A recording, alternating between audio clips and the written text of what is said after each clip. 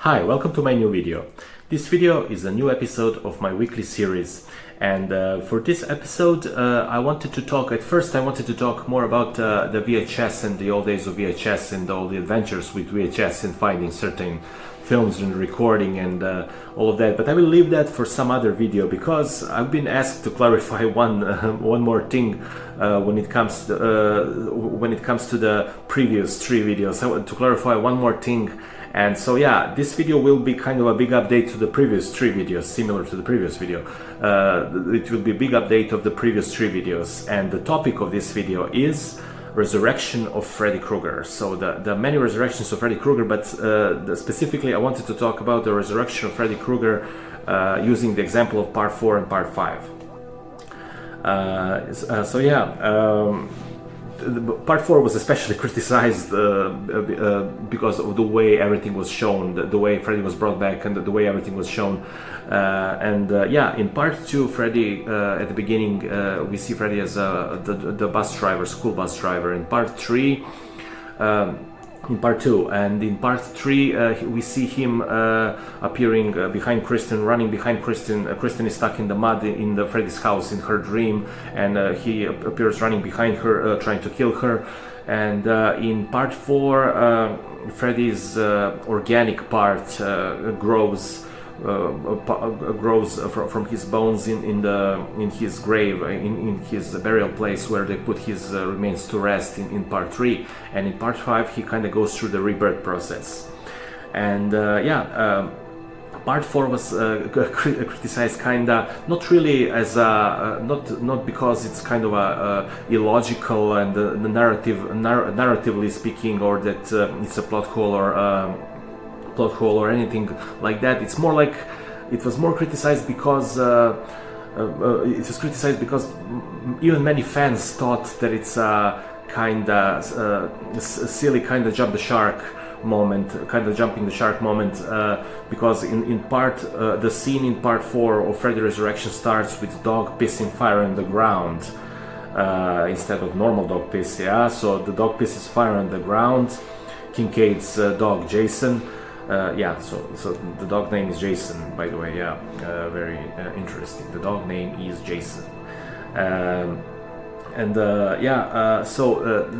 dog pisses fire on the ground, and the ground opens, and we see the bones, Freddy's bones, and the whole process starts and everything. I want to talk about that from the perspective of the fan. It's kinda silly in a way. It is kinda silly. It is kinda jumping the shark moment to an extent, but at the same time it's not. I don't think it is really completely. I don't think it is in a way, because to an extent, yeah, but not really. I do like that scene because first of all, that scene happens in a dream, obviously. And in a dream there is an inversion of reality in this case, and in many cases in Nightmare on Elm Street. And there is like this kind of a surreal demonic extension of reality. And so here we have like the dog, the being that Kincaid is obviously attached to, his companion, his pet. He loves his dog, and the dog is his companion, and in Kincaid's dreams the dog is opposite of that. The dog is evil and demonic, and it starts the whole process of resurrecting Freddy. The moment of pissing fire on the ground, it might be a little silly, but at the same time it's really not. It's wild, it's sudden, it's unexpected. It's interesting. It's really unexpected, and I do like that moment. And when it comes to that, also,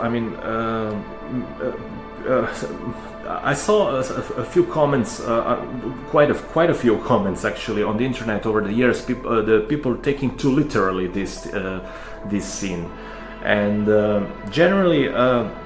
The important element to emphasize also again is that This scene happens in a dream, and when I was talking in the previous video about the way Freddy is brought back in the way about the rebirth of Freddy and about the role of Amanda Krueger and all of that, and the same goes for now for this video, for the part 4, the way Freddy is brought back in this scene. It's important to emphasize that it happens in a dream, and these scenes follow dream logic. So when I was talking about the role of Amanda Krueger in the previous video and the Freddy's rebirth and all that, I was talking from the perspective of the Nightmare on Elm Street universe, and a large part of that universe happens in a dreams. And so yeah, I mean, a lot of the things that happen in the dreams, like when Freddy kills somebody in a dream, that happens for real. Like, I mean, that person is dead for real and all of that. So a lot of that is a lot of these things are very important, and a lot of these things happen like for real when the person is dead and all of that. But the scene follow a dream logic, and again, in the case of the way Freddy is brought back in part 4, it really can be that the Freddy is putting a show for Kincaid in a way, using his dog and the whole setting of a junkyard where he is buried in part 3, where his remains are put to rest in part 3. His remains were there also before, yeah, I mean, it's basically a putting show for Kincaid. Freddy will come back. Freddy is coming back in each part, and he would come back. Doesn't matter if the Kincaid is there or the Alice is there or any other character is there. Freddy will be back. I mean, so the way he comes back is less important than the fact that he will be back. I mean, so that's important element to emphasize. That so I mean, if instead of Kincaid the some other character was there, the thing would happen differently. It would be the different process. But Freddy will be back. I mean, so that's important element to emphasize. I mean, that element and that logic of dreams, you know, using the dreams and the psychological profiles of the characters. Freddy uses psychological profiles of the characters and their fears and everything to torture them in their dreams and to play with them basically, before killing them so I mean, this is an important element, and the dream logic and the psychological profiles of the characters and the way the dreams are modeled based on that. So in that way, this scene is done. So this scene is done in that way, and yeah, it's kind of a little bit silly and jump the shark, but not jumping the shark, but not really. I can understand that, but I generally don't agree. I mean, I do like it, and I do think it's a pretty well done scene, and yeah, it's again, as I said, it follows the dream logic. And all of that also is connects with the previous video, what I was talking in the previous video, the way Freddy is brought back in part 5, his rebirth and all of that. A lot of that should not be taken like literally, and Freddy will be back. It doesn't matter if the Alice was there or the Dan was there instead of Alice or somebody else. I mean, he will be back. He might be putting on a show for a certain character, but he will be back anyway. So it depends on the character and the psychological profile of the character, how will Freddy appear to that character, what the process will be of him coming back.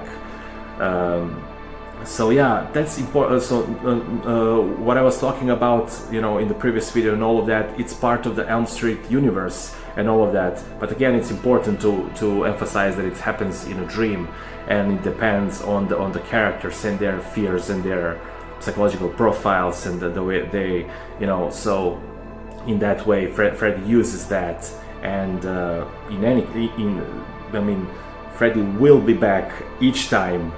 Doesn't matter if the Alice was there or Kincaid or Rick or somebody else instead of them, you know.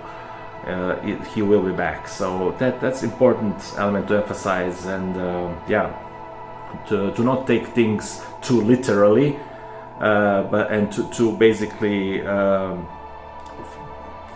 basically see a lot of these things as events that follow the logic of dreams. So yeah, that's all for this video, and I will talk more about the Elm Street universe and all of these things, and clarify more things, and in some of the subsequent videos. And yeah, give me your opinion in the comments, and let's start a discussion with about these things. I mean, again, do not consider this as a definite guide on anything. We're all part of the, you know, Elm Street fandom, or any other and the horror fandom, and we're all film buffs, and we should discuss these things. And yeah, give me your opinion, and if you want to see more content, more videos from me, subscribe if you want, share, and thank you for watching. See you in the next video. Bye.